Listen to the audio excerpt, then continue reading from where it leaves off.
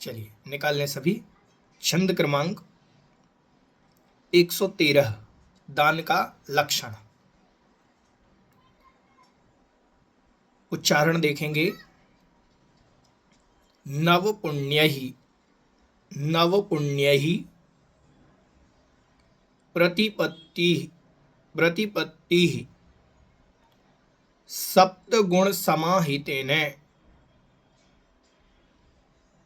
सप्तगुण समाहितेन शुद्धेन अपसूनारंभाणा, अपसूनारंभाणा मार्याणा मिष्यते दानम, मार्याणा मिष्यते दानम।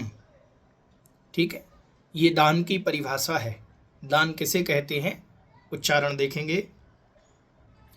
नव पुण्य ही प्रतिपत्ति सप्तगुण समाहितेन शुद्धेन अपसूनारंभाणा मार्याणा मिष्यते दानम। नव पुण्य ही प्रतिपत्ति सप्तगुण समाहितेन शुद्धेन अपसूनारंभाणा मार्याणा मिष्यते दानम। अर्थ देखेंगे।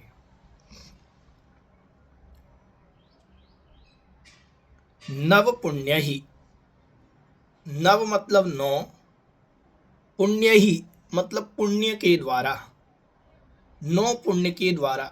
यहाँ पुण्य का क्या तात्पर्य है? पुण्य मतलब यहाँ भक्ति, यहाँ पुण्य का मतलब है भक्ति। तो नव मतलब 9 प्रकार की जो पुण्य हैं, भक्ति हैं, तो 9 प्रकार की भक्तियों के द्वारा, जैसे अपन नवधा भक्ति कहते हैं। नव मतलब 9, धा मतलब प्रकार, 9 प्रकार की जो भक्तियां होती हैं उसको नवधा भक्ति कहते हैं।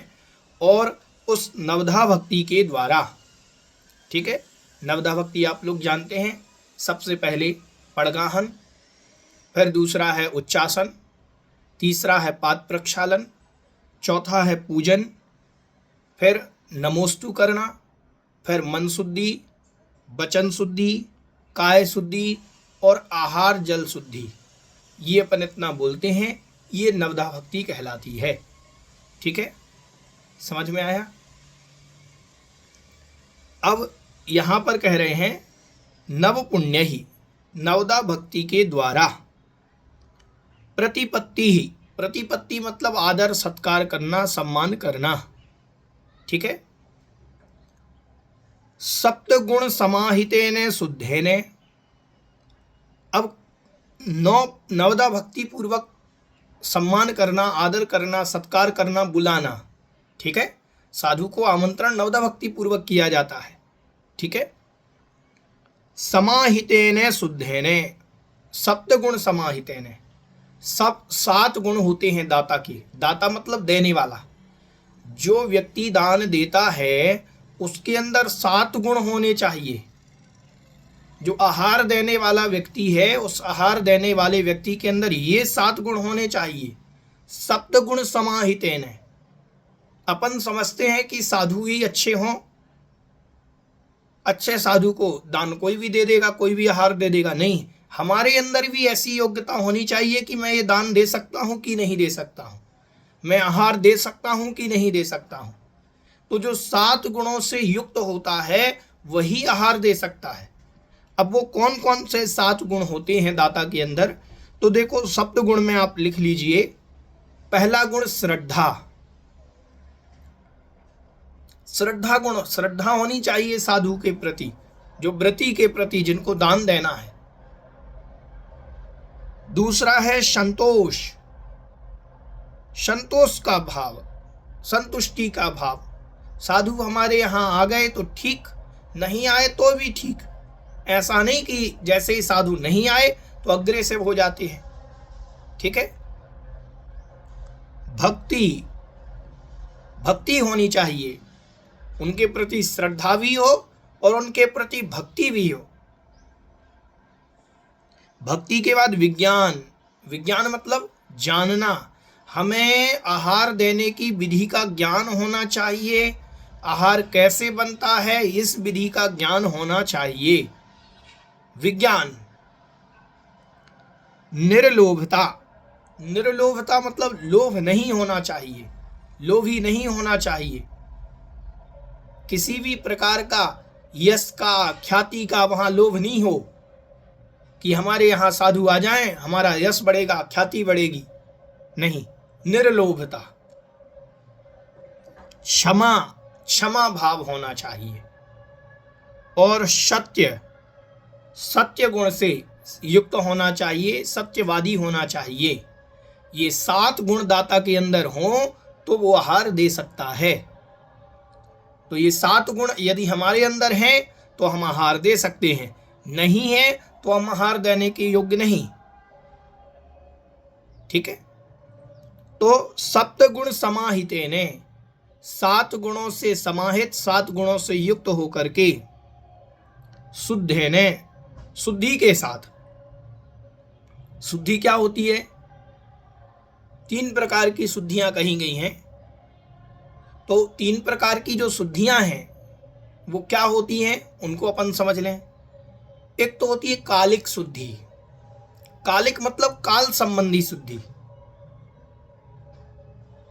वो सॉरी कालिक नहीं होना चाहिए, कौलिक, कौलिक शुद्धि, कौलिक है, ठीक है, कालिक नहीं है, कौलिक।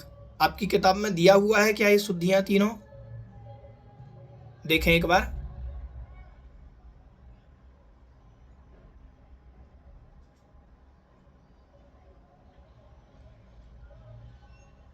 जी चलिए, तो वहां पर कौलिक शुद्धि, कौलिक मतलब कुल शुद्ध होना चाहिए। अब देखिए, जिसका कुल शुद्ध है वही आहार दे सकता है। पहला तो कौलिक शुद्धि, कुल शुद्ध होना चाहिए, ठीक है, हर व्यक्ति आहार नहीं दे सकता, तो कुल शुद्ध होना चाहिए। जिस कुल में आचरण अच्छा हो, जिनेंद्र भगवान की भक्ति करते हो, देवशास्त्र गुरु पर श्रद्धा रखते हो, वो आहार दे सकते हैं। तो पहली तो कौलिक शुद्धि मतलब कुल संबंधी शुद्धि होनी चाहिए उस व्यक्ति की जो दान दे रहा है। दूसरी शुद्धि आचरिक शुद्धि। आचरिक मतलब आचरण में, आचरण पवित्र होना चाहिए। अब ऐसा नहीं कि रात्रि में भक्षण करने वाला हो, अभक्ष का भक्षण करने वाला हो, मद्य मांस मधु का सेवन करने वाला हो, ऐसा नहीं होना चाहिए दाता।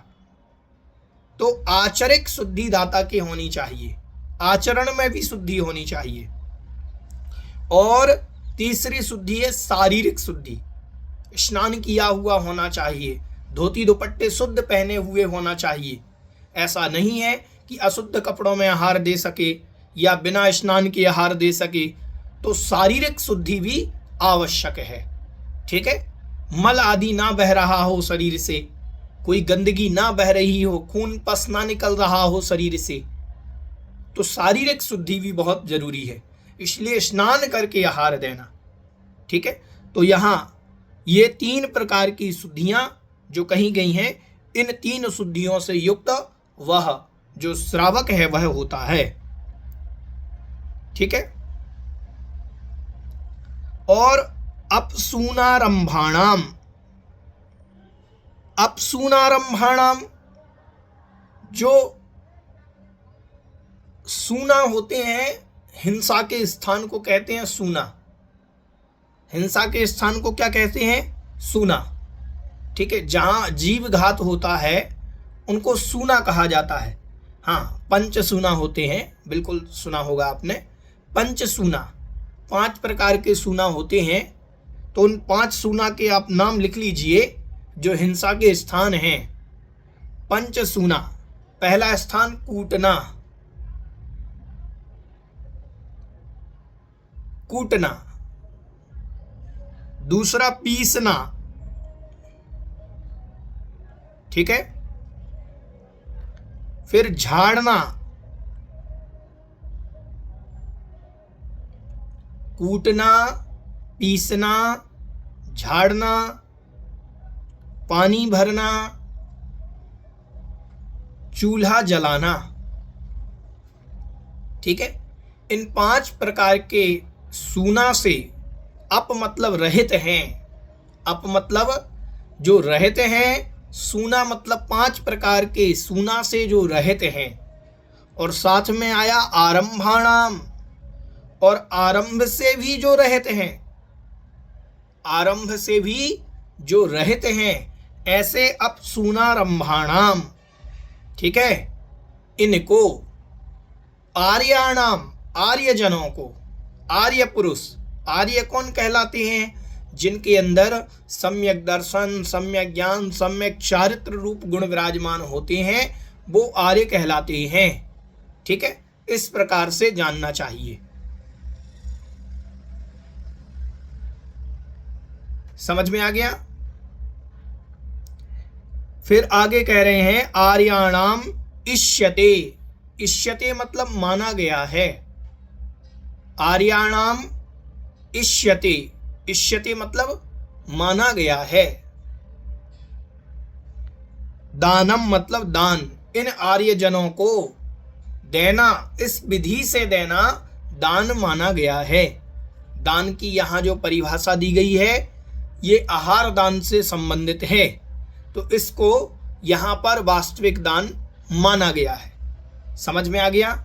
एक बार और पूरा छंद काल से देखें कि नव पुण्य ही 9 प्रकार की भक्तियों के द्वारा, नवदा भक्ति के द्वारा, प्रतिपत्ति मतलब आदर सत्कार करना, सम्मान करना, यथा योग्य बुलाना, सप्त गुण समाहितेने 7 गुण से समाहित होकर के, शुद्धेने और शुद्धि से, तीनों प्रकार की शुद्धि से युक्त होकर के किनको दान देना? अपसूनारंभाणाम आर्याणाम दानम। अपसूनारंभाणाम जो 5 प्रकार के सूना से रहित, आरंभ से रहित ऐसे आर्यों को दानम दान देना इष्यते मतलब माना गया है। समझ में आ गया? ठीक है। अब थोड़ा सा यहाँ ये ध्यान रखना चाहिए अपन को कि अपन ये देखें कि नवदा भक्ति किन किन के होती है। नवदा भक्ति साधुओं के होती है, मुनिराज के होती है। जो मुनि हैं उनके नवदा भक्ति होती है, 9 प्रकार की भक्ति। आरिकाओं के एलक क्षुल्लक के भक्तियां नहीं कही गई, यथा योग्य प्रतिपत्ति कही गई है उनके। तो मुनिराजों के ही संपूर्ण रूप से नवदा भक्ति होगी, उन्हीं का पड़गाहन होगा, पड़गाहन में उन्हीं का परिक्रमा होगी मुनिराजों की। मुनिराजों के अलावा अन्य किसी की परिक्रमा नहीं होगी, ये ध्यान रखना। मुनिराजों की ही परिक्रमा होती है, आचार्य उपाध्याय साधु की ही परिक्रमा होती है, वो पंच परमेष्ठी भगवान के अंतर्गत आते हैं, तो उनकी परिक्रमा की जाती है। बाकी के सामान्य से आरिका और एलक क्षुल्लक आदि, छुल्लिका आदि के लिए तो द्वार पर खड़े होकर के उनको आवाहन किया जाता है, बुलाया जाता है, फिर भी वो अपन कथन में आता है कि ये नवदा भक्ति है, वो नवदा भक्ति नहीं है। आरिका एलक क्षुल्लक आदि के लिए उनकी परिक्रमा नहीं की जाती। फिर उच्चासन, उच्चासन सबको दिया जाता है। उच्चासन के बाद पाद प्रक्षालन, पाद प्रक्षालन साधुओं के होता है, अन्य के नहीं। पूजन, पूजन अष्टद्रव्य से साधुओं के होती है, अन्य के नहीं। पूजन का विधान मात्र साधुओं के है, क्योंकि वह भगवान है पंच परमेष्ठी के अंतर्गत, उनकी पूजन की जाती है अष्टद्रव्य से, अन्य को अर्घ नहीं चढ़ाया जाता। उसके बाद पूजन के बाद नमोस्तु करना, नमोस्तु करना यथा योग्य सत्कार करना। तो आरिका है तो वंदामी, एलक क्षुल्लक जी हैं, छुल्लिका जी हैं तो इक्षामी। आगे मन शुद्धि, वचन शुद्धि, काय शुद्धि, आहार जल शुद्धि बोल करके फिर वो आहार अपन को देना चाहिए। तो ये नव पुण्य ही नवदा भक्ति होती है, इन नवदा भक्ति से युक्त होकर के आहार अपन को देना है।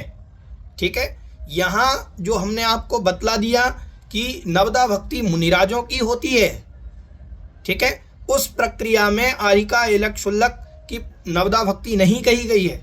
हाँ, उनको बुलाना कहा गया है, सम्मान के साथ उनको बुलाया जाएगा। तो वह उनमें जो नवदा भक्ति है, आगम में ऐसा कोई उल्लेख नहीं कि आरिकाओं को, एलक शुल्लकों को नवदा भक्ति से हाल दिया जाए।